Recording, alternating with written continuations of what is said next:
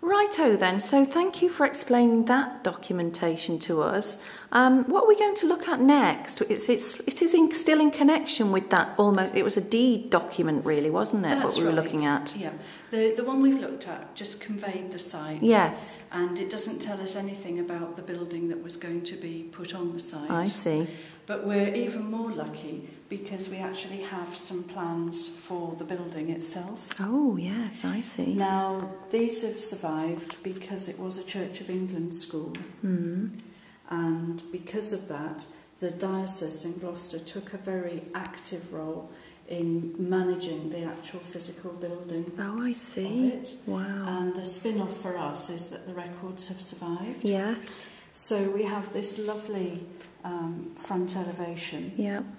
And if you look up at the top, it's quite specific in that it says it's the school and the mistress's house. I see. So when you look at the front, you can't see that there's any difference between them. It's all one building. And part of it is for the accommodation and part is for the teaching. Yes. So what we also have are some floor plans. And I think probably that the school room would have been this building here. Right. And then we've got a kind of L shape going round it, which obviously has accommodation. So we've got a parlour and a kitchen and a scullery. I see, yes. What does that say?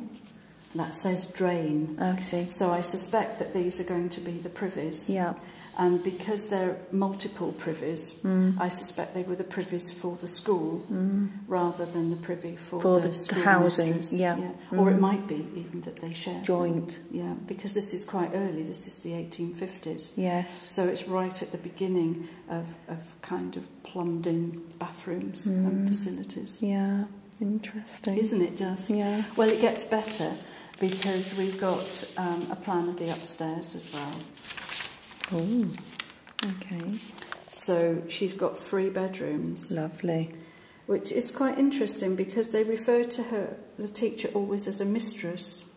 Yes, so why would she need the bedrooms if she's not having any children? Well, that's right. You'd expect it perhaps to be a schoolmaster who was married with a children. family, yeah, for family accommodation. Yeah. So it will be interesting to look at the census returns to see actually who was living in this house. Maybe she had a maid. She might have done, yes. Or she might have had assistant teachers or pupil teachers. Oh, of course, yes. Because it would, although it was a small school, it would still have been a lot of work for one person. Yes. Because they would have had to do the administration as well as the teaching. Yes, and what about all the cleaning and things like that? They probably either get the children to do it or get a char lady from the village. Yeah, to come on in. Yeah, or it might be that the staff from the rectory, because this was a church school, the rector was very hands-on with his involvement, so maybe he got his own servants to come across and do the work take on the care school. of the school. Yeah, interesting.